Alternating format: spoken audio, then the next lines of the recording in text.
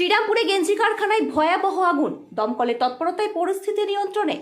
আজ দুপুরে হুগলির শ্রীরামপুর থানার পিয়ারাপুর দিল্লি রোড সংলগ্ন একটি গেঞ্জি কারখানায় হঠাৎ ভয়াবহ আগুন লাগে। মুহূর্তের মধ্যে আগুন ছড়িয়ে পড়ে গোটা কারখানায়।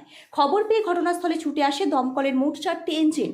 দীর্ঘ চেষ্টার পর দমকল কর্মীরা আগুন নিয়ন্ত্রণে আনতে সক্ষম হন। স্থানীয় সূত্রে জানা গিয়েছে, এই কারখানার পশ্চিমবঙ্গ সরকারের উৎকর্ষ বাংলা পিবিএসডি প্রকল্পের উদ্যোগে বিনামূল্যে রেডিমেড পোশাক তৈরির প্রশিক্ষণ দেওয়া হতো। হঠাৎ কিভাবে আগুনের সূত্রপাত তা এখনও স্পষ্ট নয়, তবে দমকল ও পুলিশের যৌথভাবে তদন্ত শুরু করেছে।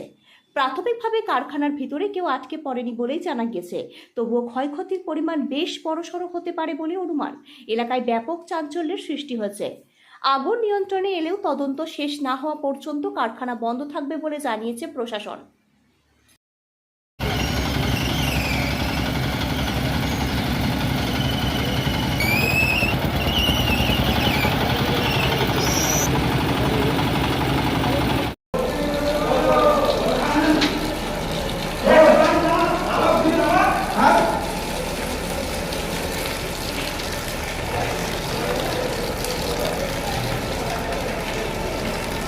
আর দিতে পারছি না।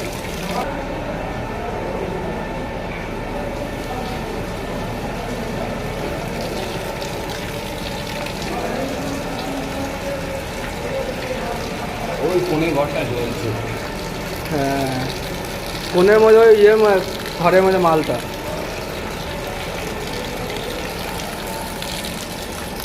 এখন তো কাজ হচ্ছে, এখন তো আর আগুন লাগার কারণ আমরা জানতে পারবো না। আমরা ওদের অথরিটি যারা আছে তাদের সাথে কথাবার্তা বলবো। এখন 6টা গাড়িতে কাজ হচ্ছে, 2টো পাম্প আমরা আরও বসিয়েছি এক্সট্রা, প্লাস পাশের গোডাউন থেকে আরও জল আনা হচ্ছে। এইভাবে আগুনটাকে নেভানো হচ্ছে। এখানে গেঞ্জি তৈরি হয় শুনেছি, এবারে ভেতরে ঢুকে দেখতে হবে।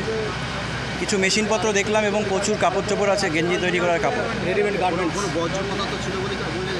সেটা তো এখন বোঝা যাবে না। এখন তো আগুনটাকে কাজ হচ্ছে, কাজটা হোক, পরে আমরা দেখতে পারবো কী আছে না আছে। আগুন অনেকটাই নিয়ন্ত্রণে, আগুন বাড়বে না আর। আমরা চারিদিক থেকে ব্যারিকেড করেছি আগুনটাকে, এখন জাস্ট কিছুক্ষণের মধ্যে এটা অফ হয়ে যাবে। আমি Ranjan Kumar Ghosh, divisional fire officer Hooghly. আমার সঙ্গে আছে OC Biswajit Mondal, Dankuni FS. Bureau report, r.news।